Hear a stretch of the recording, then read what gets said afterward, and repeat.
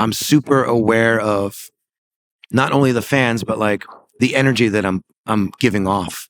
So when you see me on stage, hopefully you're seeing a man who's doing his best to give love and reciprocate.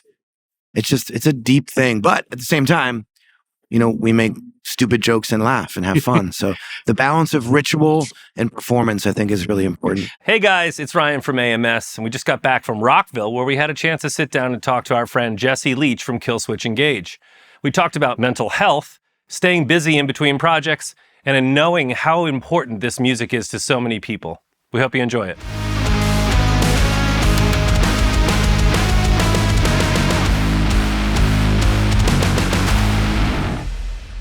All good? Oh, perfect. Perfectly timed to get that out. So you're a busy man. Yeah. A lot of projects. Yeah. How do you divvy that up? Very poorly. And it's funny, man. My wife was kind of yelling at me the other day, like I need to get an assistant.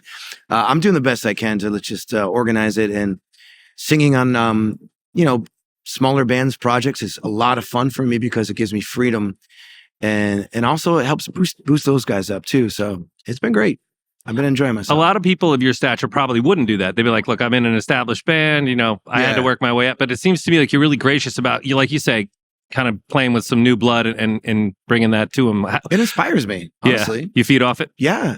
I think being plugged into a younger generation or, bands who are so hungry for it, I like to have that energy in me still to this day. Yeah, and it's funny too, because with all the different projects like Seamless or The Weapon or things like that, like as a guitar player, a lot of us will be, okay, I'll bring this rig for this or bring that, but you're using your voice. Yeah. And you get to use it in different ways. How do you preserve that? I mean, it's an instrument unto itself. It's been a learning curve, really. Like, you mentioned Seamless. I feel like Seamless was the first band I actually figured out how to kind of sing decent. And to go into a completely different genre like that, coming out of Killswitch, going into like, alternative stoner rock, whatever you want to call it. It's bluesier for sure. Yeah, it really expanded my vocabulary as a musician. And then I just got hungry for it. With The Empire Shall Fall, I did it. With Times of Grace, I've done it. And I look at, people like Mike Patton, for example, and I just admire him so much as a vocalist because he's an artist. It's not, you don't have to stick to one genre. And I don't. I love all kinds of music. So you never know. There's a lot more coming from me that people are not going to expect. I was going to ask, because you've done like hardcore punk, you've obviously done metal, the bluesier stoner kind of doom stuff. What's something we could expect from you that you'd be like, you have no idea? Like you were just saying, I love this lit song. Like it's a melodic, Lit are great. Yeah. Oh, in 2020, I put out an ambient record, right? A meditation record. More of that stuff for sure. But I don't know. I don't like to limit myself. Oh, I will say this.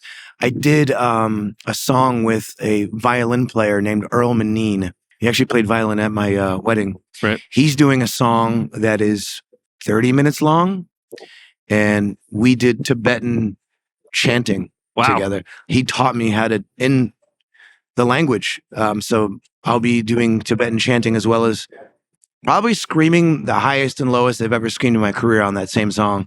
It is a unraveling of the human psyche, and it's something I'm honored to be a part of. And it's going to feature members of other bands that you'd be surprised they're on. So yeah, that's probably the next level for me, learning how to do Tibetan chanting. That's pretty, think about it. And again, I think when you're younger, like you can go out there, you scream your head off and you're like, I'll be fine. I'll drink some water and I'll be good the next day. And then you realize how much of it has to come from the diaphragm or from your chest. Yeah. Like, how do you learn how to do that to keep going? You guys do a lot of shows. You're doing a lot of other bands. How do you keep it fresh? It's just learning how to take care of yourself, number one. Right. Getting a proper sleep. And it doesn't hurt that my vocal coach, Melissa Cross, is one of the best in the entire world to do it.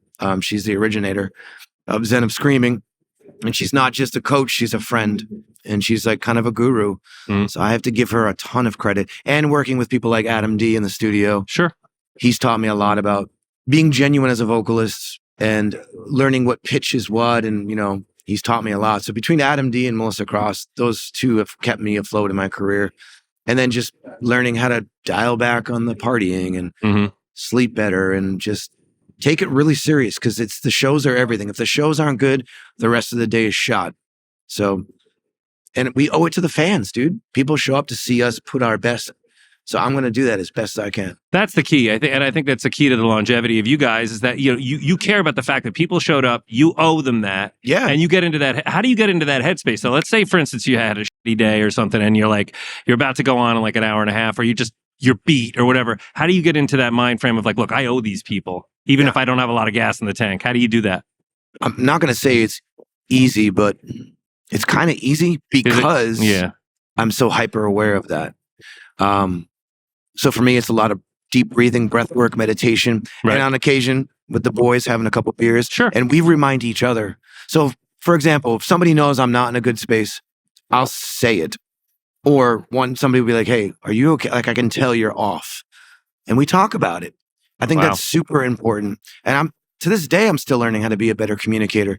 You just have to realize who you are in this world, what people expect of you, and what you can give, and learn how to balance that out. But be vocal, talk about it, ask for help, and then get the help. And, moments before I go on stage, if I've just had a little chat with Adam or Mike or somebody, and I said to them, hey, I'm missing home right now, I'm not doing it, and we do a little hug, and that changes everything. Right. Instead of carrying that on stage with me. So I'm super aware of not only the fans, but like the energy that I'm giving off. So when you see me on stage, hopefully you're seeing a man who's doing his best to give love and reciprocate. It's a deep thing. But at the same time, we make stupid jokes and laugh and have fun. So the balance of ritual and performance, I think, is really important. And I think that's a pretty wise way to look at it too, especially as you guys keep going. You have to kind of treat yourself with the respect and care that you need first before you can give it back out there. We see a lot of people walking around here, and you could tell a lot of people are wrestling with all sorts of anxiety and mental issues. Musicians But you're right. I think people, at least a long time ago, were afraid to say it. Like you said, hey man, if you're having that feeling, say it. Get it out there. You're going to be that much better for it. Yeah, and I'm proud to say that our band and our crew, like, we're family. So people know when I'm off.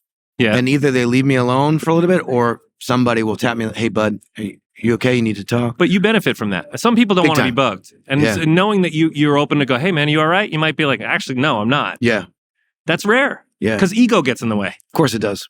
Yeah. And that, if you were raised in the 70s and 80s, that's that whole suck it up, man up. Rub some dirt on it. Yeah. You'll be all right. So that's still deep, deep rooted in my psyche. Like, be a man. Like, it's so dumb.